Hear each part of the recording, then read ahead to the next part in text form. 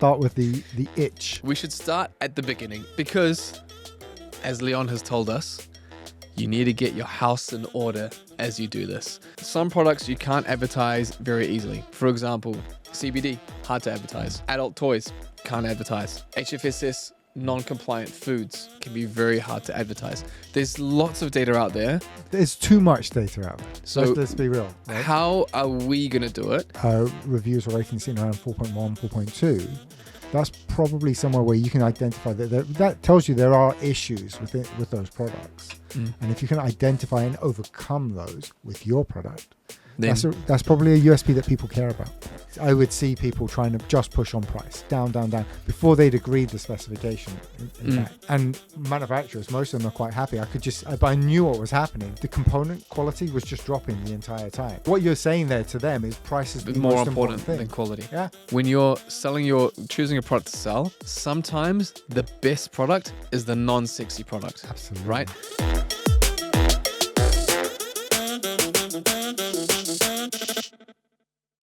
Hey team, welcome to Upside, and in this episode we're going to give away some trade secrets, secret sauce just for you, because Zamir and I are going to launch a new product sometime in 2026, and we want to record the whole journey for you guys, because we often get asked, I want to launch a new product, or I want to get it selling on Amazon, I want to be going online, I want that secondary income because I want to have the millions and retire early, #fire, but I don't know how.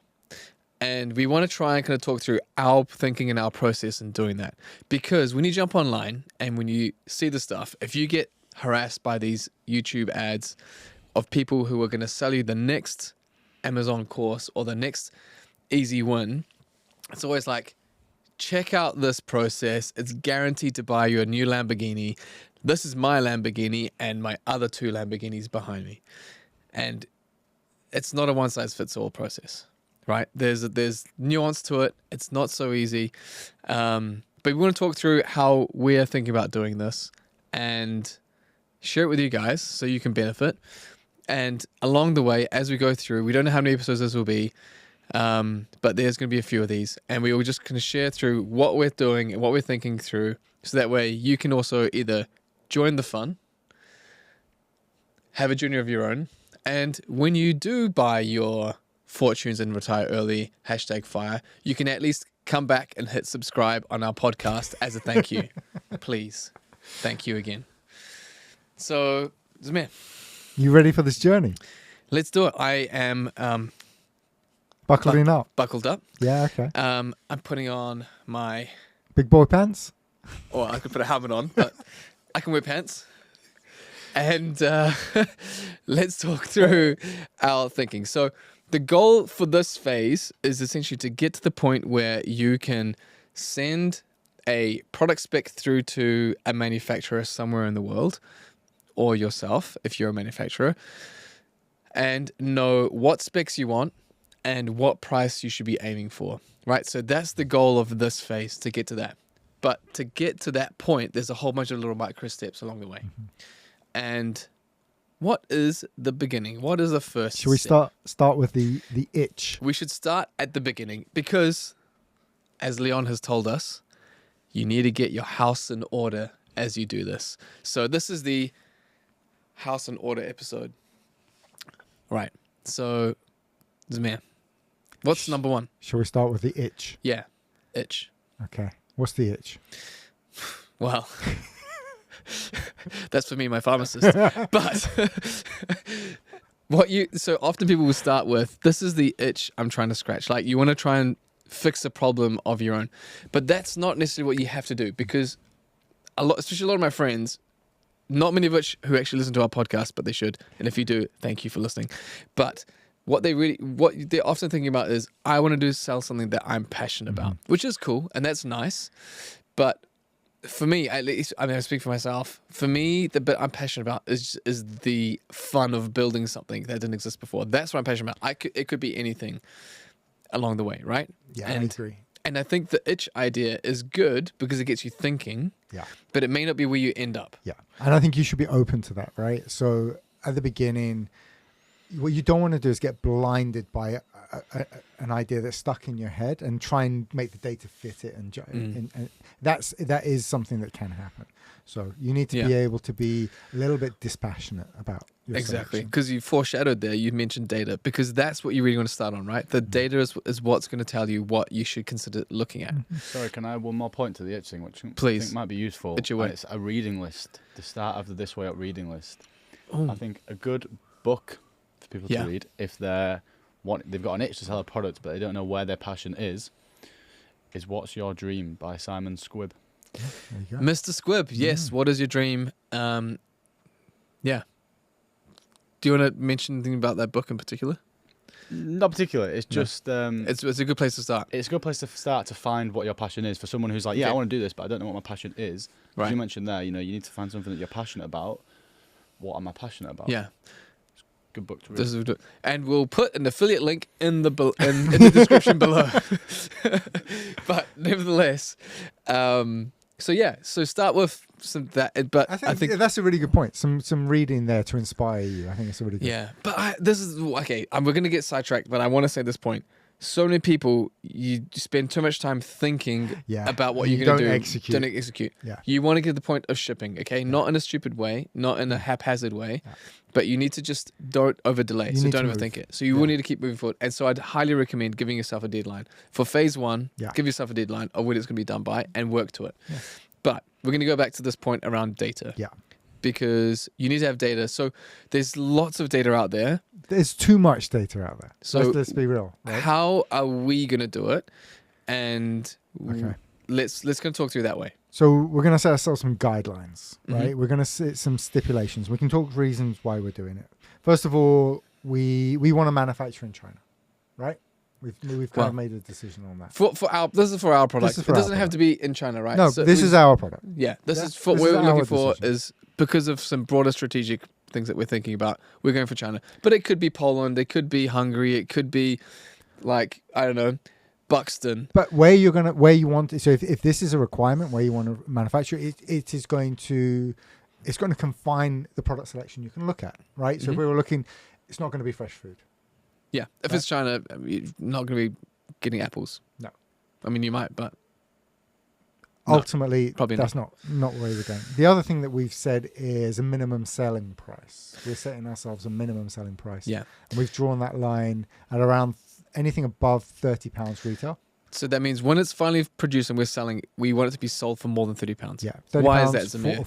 There's a really clear reason for this. There is. So anything below that is really super competitive because the higher the retail price, generally the higher the cost of the goods. And the higher the cost of the goods goes, the fewer people that can fund that product. So there is a barrier to entry set by retail price.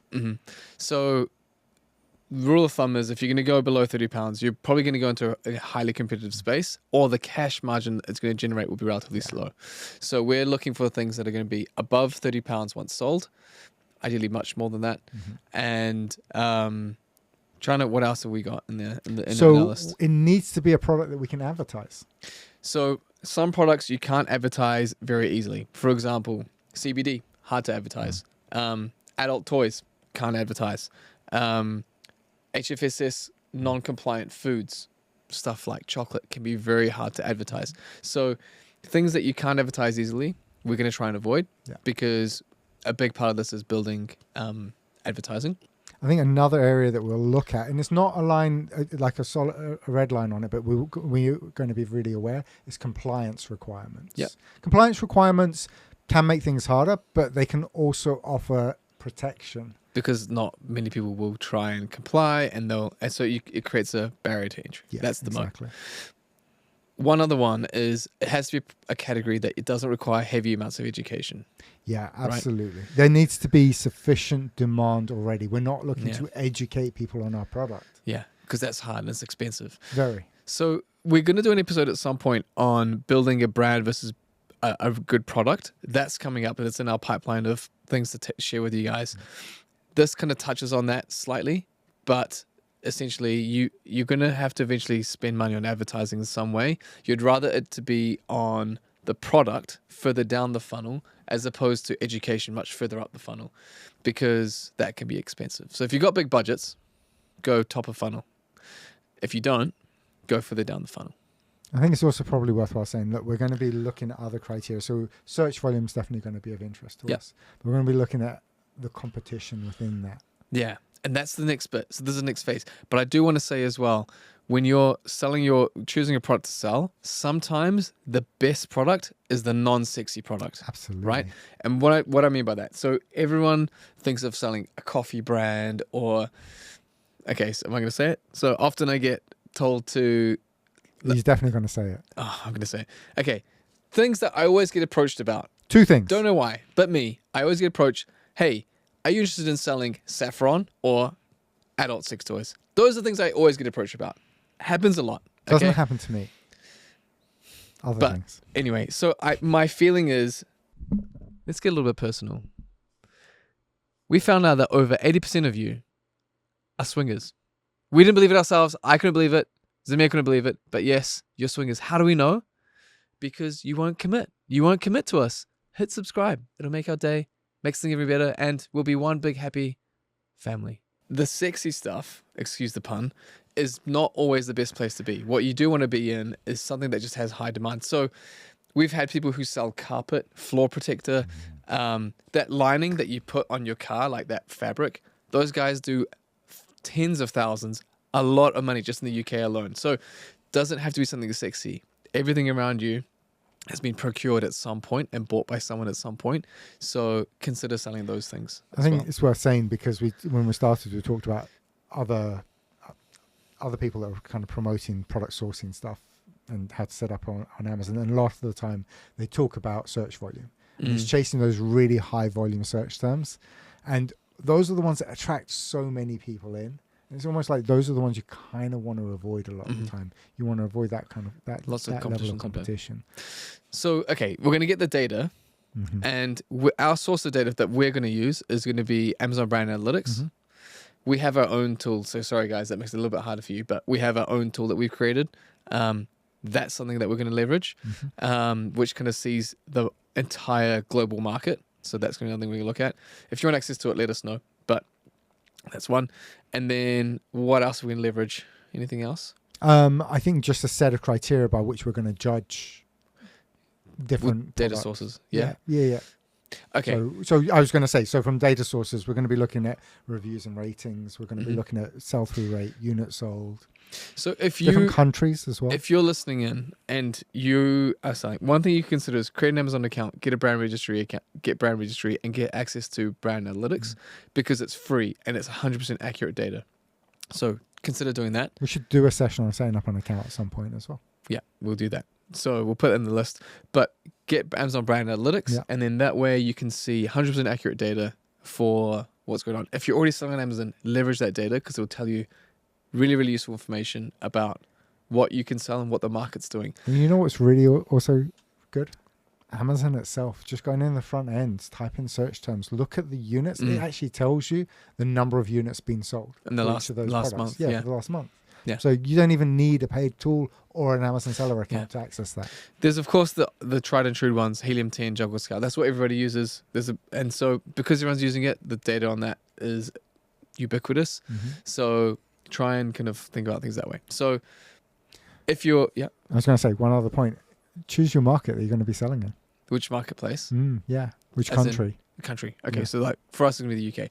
We recommend starting in your home country because it's easiest to understand and then expanding out. Yeah. What's the perfect market? Because you mentioned there are a lot of tools.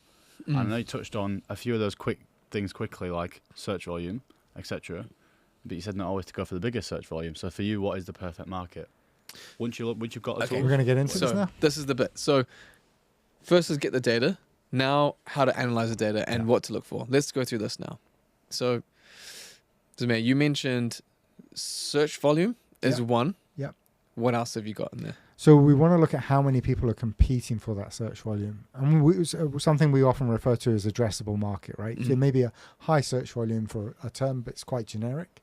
And it's understanding what are the different markets that fit within that, the different niches.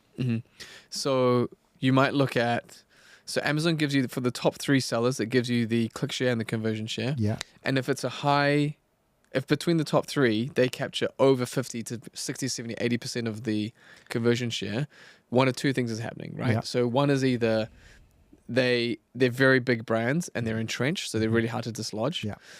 Or they are not big brands and are not necessarily well known or own the category, and therefore you can shave off even 5-10% of each of their market share and create a bit for your own. I think it's worth talking around that. So if you're going up against some serious brands, then that makes life difficult for you. The one advantage you've got is you could probably get quite high up those search results listings quite quickly because the rest of the spots that are there are up for grabs.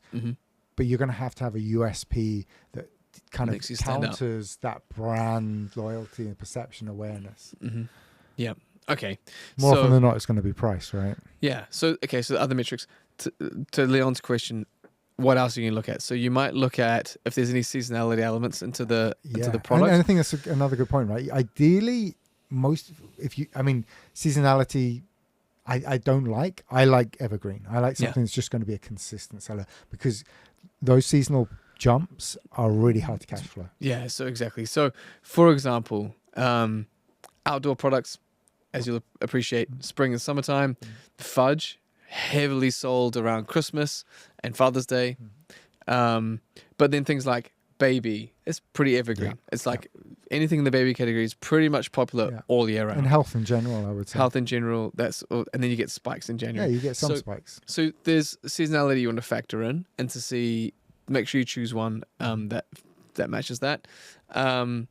What other key metrics are you going to use to decide where you're going to go? So I think ideally you're trying to solve a problem, right? So if you can find a niche where customers aren't that happy with the product, I'm going to be looking at reviews and ratings here. So that's the thing. So you want next. So I think what you're moving on to is understanding the market. Look at your competition, right? And what are their reviews and ratings? Yeah. Is that what you're saying? Yeah. Okay. So you want to expand on that? Yeah, you can as well. Okay, great. Well, I'll charge ahead. So basically, you might look at one, do your competitors have loads of reviews? Then you would deep dive into their reviews and analyze. The beauty of AI these days now makes it easier. You can assess what are their strengths and what are their weaknesses. Yeah. What are they doing well? And Amazon again gives you the customer sentiment for every ASIN. It will tell you what what people are saying. And look at those rating scores because it's going to be much easier to break into. If you've got reviews or ratings sitting around 4.1, 4.2, that's probably somewhere where you can identify that tells you there are issues with those products. And if you can identify and overcome those with your product, then that's probably a USP that people care about. Amazing. So yes, 100%. And then what else? What are the things about the market you want to look at? So competitors, you want to look at their pricing, you want to look at their review scores, their strengths and weaknesses. Yeah, you're looking across the board, the click share, conversion share. You want to know how fragmented that traffic is. How many listings has it been spread across? If you get somewhere where there is no dominant seller, so everything's like 4 or 5% across sort of like 20 different listings. On one hand, that suggests there's an opportunity if there's a problem to be fixed. But if there's no problem to be fixed here and you're just going to be another one of these, chances are you never break through that 4 or 5% unless there's another good reason that they're all being held back. So if I'm understanding what we're saying and I have to summarize it, would it be fair to say that it's essentially you want to get to the point where, because there's so much nuance in here, you want to get to the point where you can say, I have a plan, I can see a path where I can produce a product that can take on the existing competition for these reasons at this price point, and this is the price point I'm going to sell at, and it's going to have these product specifications because it's going to address the problems that these guys have, and it's going to do whatever it might be. And I think just coming back to this point, whatever that problem is that you're trying to address, the customer has to care. Yeah. Genuinely has to care, because it's very easy to get carried away and think you're solving a problem. You may be solving a problem. If it's not one that people care about, it's not going to make a difference. Okay, so what we've done so far is we have found some data sources, set some parameters of what we're going to look for, started searching, found some areas, that make a short list of say 10 different product categories, understand the market in each of those, and by doing that, what we're doing is we're looking at the competition, looking at their review scores, looking at their prices, the quality of their products through the reviews. So what are people happy with or they're not happy with, and trying to map out I don't want to say business plan, but a rough plan for delivering or addressing a customer need that people care about. Yeah. Right? So I think that's what we've kind of done so far. Now, on the back of this, you should hopefully have 3 or 4 that you are happy with. Not necessarily just one, but 3 or 4 that you're happy with. And you're going to build some product specifications. Yeah. Right? So you're going to say, I want a product that has the following specifications, going to foreign features, address the following benefits, and then start reaching out to manufacturers, wherever they might be. Yeah, with this specification. And you're going to say to them, and because you have looked at the market and set a price that you want to sell for, and Amazon's rate card is objective, everybody knows it, you can work backwards and you can go, all right, I need to make sure I'm buying it at this price. Yeah. So that I have enough margin to sell and whatever it might be. And keep in mind, every category is different. Some categories you need to have higher margin than others. So beauty, cosmetics, all of those require more margin because they are more advertising heavy. So you want to leave margin. Rule of thumb, minimum, no less than 30% margin to operate. Right? Probably even a lot that's more close at to this the bone. point. Yeah. So you're looking at like probably around 50-ish. Sorry, Leon. Just on that as well, on that feasibility point, we can provide our feasibility sheet in a link in the description. We can. For anybody who has the price, can work out the dimensions, like I said, work backwards. Yep. Price, dimensions, it all is included in our sheet. And then they can start playing around with unit costs and they can see what unit cost they need to achieve. To do the margins they want. So yeah, if you do want that, there'll be a link in the description. Thanks, Leon. And you can jump on and access it. So you're going to go to a manufacturer and you're going to say, these are the specs. Yeah. And you're going to know roughly what price you need to hit. Now, based on your negotiation style, you may go in with the price early. You may want to wait for them to give you some price and negotiate down or up. I doubt that. But you're going to know what price you need to hit. Is that correct? Yeah, absolutely. I think you need to be really clear with your specification. I think that's such an important point. Yeah. Don't get carried away with it either. Don't try and add on bells and whistles that are unnecessary. Yeah. I've seen people do that. So those are key. And I would be open to a degree with price, or at least have a conversation between price and quality and understand what that trade-off is. Yeah. And do you want to expand on that? Because I think it's a really good point. So whenever I used to go to China, I used to see this happening all the time. I would see people trying to just push on price, down, before they'd agreed the specification, in fact. And manufacturers, most of them are quite happy. I knew what was happening. The component quality was just dropping the entire time. The manufacturer was going to make their margin. Yeah. So what you really want to do is understand the componentry required from a quality perspective that you're looking for.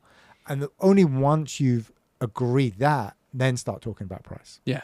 Otherwise, they're just going to make a lower quality product to just to get their margin. Yeah, to meet your requirement, because what you're saying there to them is price is the more most important thing than quality. Yeah, and so that's all they'll do. They'll hear that and hit that. Yeah. Okay. So we've gone to this manufacturer. They've given us some pricing. What's next? And this is the kind of like the general flow. I've got the pricing and I've got.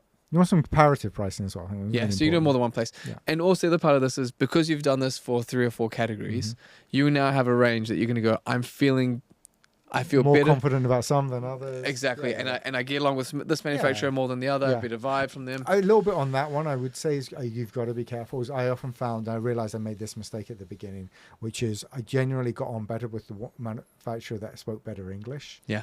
And that's not necessarily the right way to go. You're going for the person who has the best quality product and is the most reputable. So you really should be looking at understanding their product knowledge. Ask them about their factory, where they're based. Look for. They should most of them will have video tours and things of it. Yeah. You can do sort of like you can do chats. So depending on where you're manufacturing, it's either WhatsApp or WeChat or whatever, and actually ask them to give you a little tour. Understand who they are, what kind of skill levels. Or send someone you trust around, right? Or send if you've got that option, then yeah. So okay, this is cool. So there's a lot more. I want to and I'm wary of how long this pod's been. There's another resource that we can put in the description here where Zamir, a few episodes ago, and by a few episodes ago, I mean a few months ago, ran through this story in more detail, right? So Yeah. this manufacturer and the spec element of this, Zamir ran through in more detail. We'll add that as well as a link in the description for people to go and check out. So, great. So here, if you want to hear Zamir's journey on that, there's a pod on that. So I think there's more I want to go into detail, but I think we have to save this for another episode potentially, because the next steps, what's coming up, is essentially you're going to start doing quality control. You're going to start requesting samples. Yeah, and absolutely. then you're going to start actually moving on to the next phase. I'm talking about things like MOQs and so forth. Yeah, all that kind of stuff. Yeah. Cool. Okay, so there's a lot of stuff we're going to go into detail on this, but we're short on time. So if you're interested in Zamir's journey, where he goes into a lot more detail around manufacturer stuff, watch that episode. There'll be a link somewhere on screen or in the description. But the next headline point that I think is just quickly worth flagging up is budget. Now, we'll go into more detail. There's one that's also in the other pod, but for today's episode. Yeah, I think budget's really important. Be very clear on what it is, and what we're going to do is, I think once we get into the sort of like the next stages, we'll break down how we utilize that budget. But it's definitely going to affect which products we can choose. Awesome. So this is what we're up to right now. This is something that's happening. So stay tuned, because we will kind of share some more detail on what we're doing. We're going to be updating you with the story as we go along. Yeah. If you want to do the same thing, join us. If you got a New Year's resolution to really kick butt in 2026. Yeah, we'd love to hear it. We want to help you and share some of the journey. Yeah. So that's it for today. One love. Peace out. One love.